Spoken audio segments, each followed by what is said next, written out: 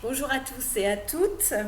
Alors, nous continuons encore aujourd'hui notre promenade dans les psaumes, avec pour guide toujours, dans notre randonnée découverte, là, des commentaires des pasteurs Maillot et Le Lièvre, ainsi que celui du Père Vesco. Aujourd'hui, nous retournons vers un psaume dans les débuts, puisque je vous propose d'étudier le psaume 14. Et donc, je vous laisse le temps de le lire, donc 14 et 13 dans les numérotations catholiques. Alors, une petite remarque introductive. Ce psaume 14 a un quasi-jumeau, le psaume 53, ou donc 52 selon les numérotations.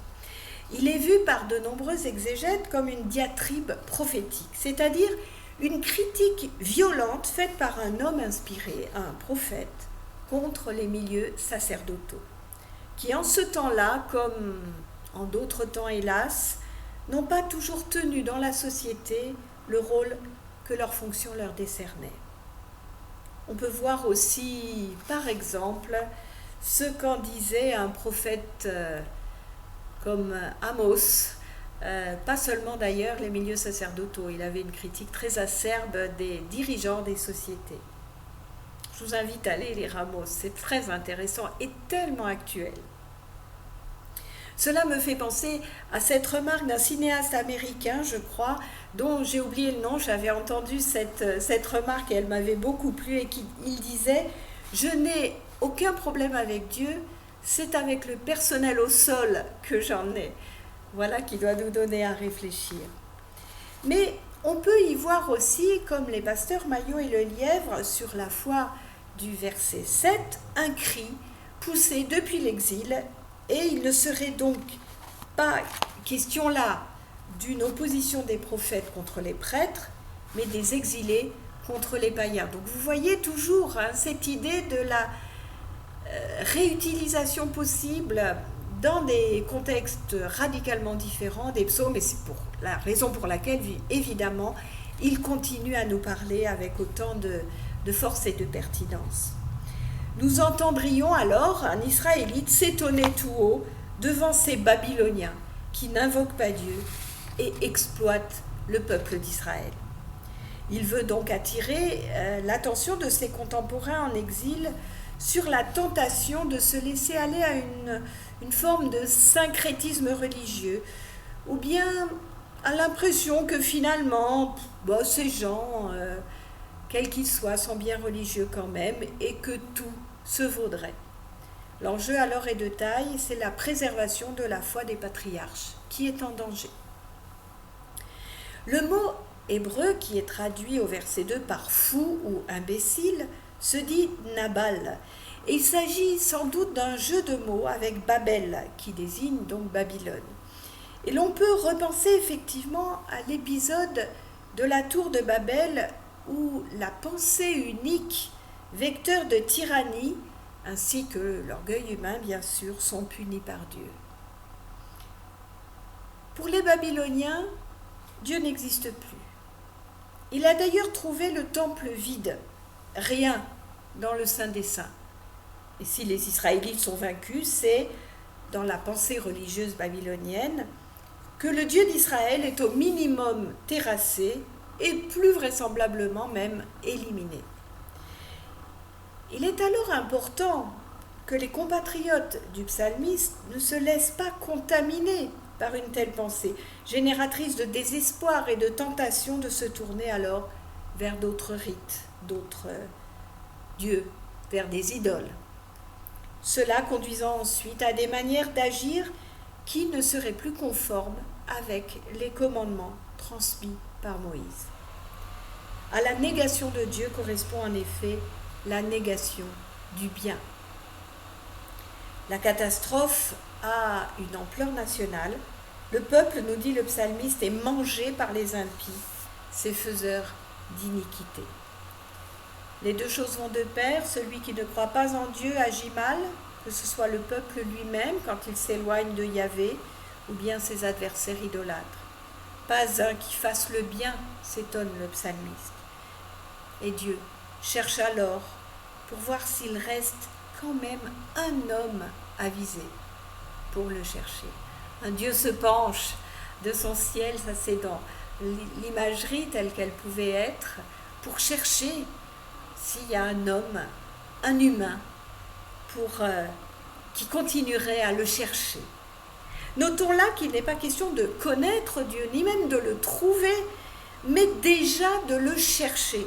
Peut-être reste-t-il un humain quelque part pour ne pas se laisser abuser par ses rituels et ses incantations magiques. Un homme qui, à minima, s'interroge face à cela. Voyez que l'attente de Dieu, elle n'est pas si exorbitante. Le psalmiste voit les Babyloniens comme un peuple qui se sert de ses dieux. C'est cela, pour lui, sa définition de l'athéisme. Le peuple juif, à ses yeux, est le seul peuple, à contrario, à servir son Dieu au lieu de s'en servir. Nous pouvons utilement nous interroger à la suite du psalmiste sur notre propre rapport à Dieu. En faisons-nous notre idole ? Acceptons-nous de le servir ? Ou bien attendons-nous seulement de lui qui nous serve et répond fidèlement, sans discontinuer à chacune de nos demandes ? Nous nous retrouverons là encore, confrontés à la question de la prière, de son rôle, de son effet, de ce que nous en attendons. Et nous sommes donc invités, nous aussi, à nous mettre en recherche de ce Dieu qui se penche vers nous, cherchant à trouver celui qui ne se laisse pas durablement contaminer par l'idolâtrie ambiante. Certes, nos idoles ne sont plus celles des Babyloniens. Nos formules magiques ne sont plus les mêmes. Mais sommes-nous de ceux ou de celles qui ont soif de Dieu, sans nous laisser abuser par les trompe-la-soif propres à notre temps ? Je crains que, comme d'autres avant nous, nous ne nous laissions aller à l'ambiance du temps. Et elle n'est pas à la pratique religieuse, je le crains. Pourtant, nos besoins de spiritualité ne sont-ils pas toujours aussi présents, aussi prégnants ? N'y répondons-nous pas parfois par des pratiques qui pourraient fort bien être discutables ? Notre soif de Dieu ne se manifeste-t-elle pas par un désarroi grandissant devant l'incertitude de notre monde, devant sa violence, son injustice, le danger que nous y trouvons ? Nous sommes nous aussi, quand nous sommes croyants, remis en cause dans nos pratiques et notre foi par la moquerie, le refus ou l'indifférence de nos contemporains. Il n'est pas si simple d'afficher une foi tranquille et sereine. Pourtant, le psaume se termine par une célébration. Dieu restaurera le peuple, le salut vient de Sion, Dieu est du côté des humiliés. C'est cette note d'espoir qui clôt la série des psaumes de supplication entamée avec le psaume 3. Jacob exultera, Israël se réjouira. C'est un retournement complet de situation auquel il est donc fait allusion. Ce Dieu que l'on disait absent accordera salut et bénédiction à son peuple. Et ceux qui étaient dans la négation de Dieu seront frappés d'effroi. Ceux qui se moquaient du plan de l'humilié, qui est de chercher son abri en Dieu, ceux-là seront confondus. Nous sommes assez éloignés de nos jours du mode de pensée des psaumes. La question de l'absence de Dieu peut nous paraître étrangère. Ou bien sommes-nous déjà convaincus que Dieu n'est plus là, n'existe plus, que Dieu est mort ? Pourtant, je crois que par l'intériorisation, on peut comprendre que le croyant est toujours menacé par le sentiment de l'absence de Dieu ou de l'absurdité de l'existence. C'est ce qui se passe à chaque fois que nous sommes confrontés à des drames personnels, voire communautaires. Et ce n'est que par l'introspection rétroactive que nous pouvons nous découvrir comme Israël, au bénéfice d'un Dieu qui nous ramène de nos errances et qui nous soutient dans les dangers qui nous menacent, quels qu'ils soient.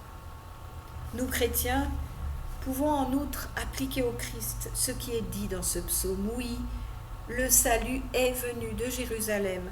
Il a culminé au Golgotha et il jaillit comme une fontaine de vie au matin de Pâques. Depuis lors, Dieu est au milieu de son peuple. Il nous l'a promis. Là où 2 ou 3 sont réunis en mon nom, je serai au milieu d'eux. Ou encore, après nous avoir envoyés dans le monde pour baptiser, pour enseigner, il ajoute, et moi, je suis avec vous tous les jours, jusqu'à la fin des temps. Puissions-nous vivre pleinement de cette promesse qui nous permet, nous aussi, jour après jour, de trouver abri en lui. C'est ce que je vous souhaite, en tout cas. À une prochaine fois, je l'espère.